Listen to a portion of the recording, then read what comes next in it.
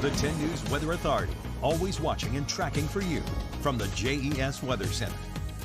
We're just a few minutes past midday. It's already hot out there, especially in the Roanoke Valley at 87 degrees, though thankfully, it's humid, but it's not overbearing so far. Got some clouds spilling over the mountains that are going to delay the rise in temperatures for the next few hours, but still hot enough and near record heat by 4 p.m. Temperatures in the upper 80s, lower 90s. I think any kind of yard work we do today is not going to be that long lasting, and the mornings are going to be the best times to get out and do that over the next few days.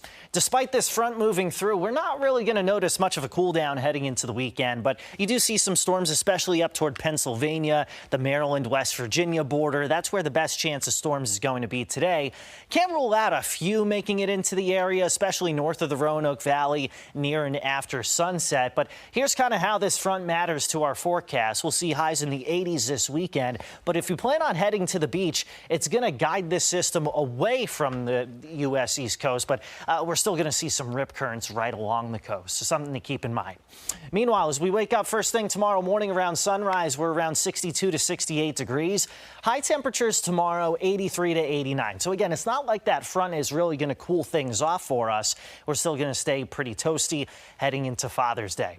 So high pressure is going to be the main weather maker heading into the weekend. Clear sky for the most part with that.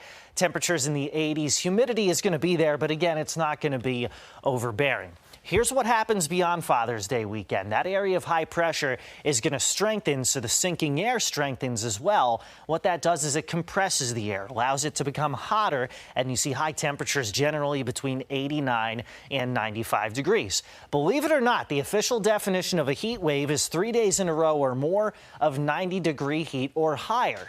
It's kind of a weak definition by our standards, no, but we do fit that definition heading into next week in the Roanoke Valley. As you see, high temperatures mostly between 90 and 95.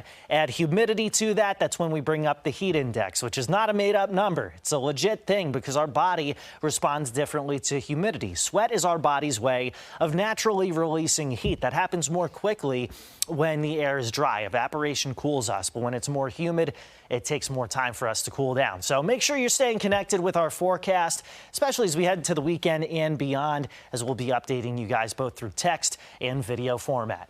Here's your extended forecast. Again, today, high temperatures mostly ranging between 86 and 92, just kind of depending on your elevation. And this weekend, high temperatures in the 80s after sunrise, temps in the 60s. But there you go. Heading into next week, you also notice not many chances for widespread rain. That with the heat is not exactly the greatest news. 67 to 69 for morning lows in the Roanoke Valley.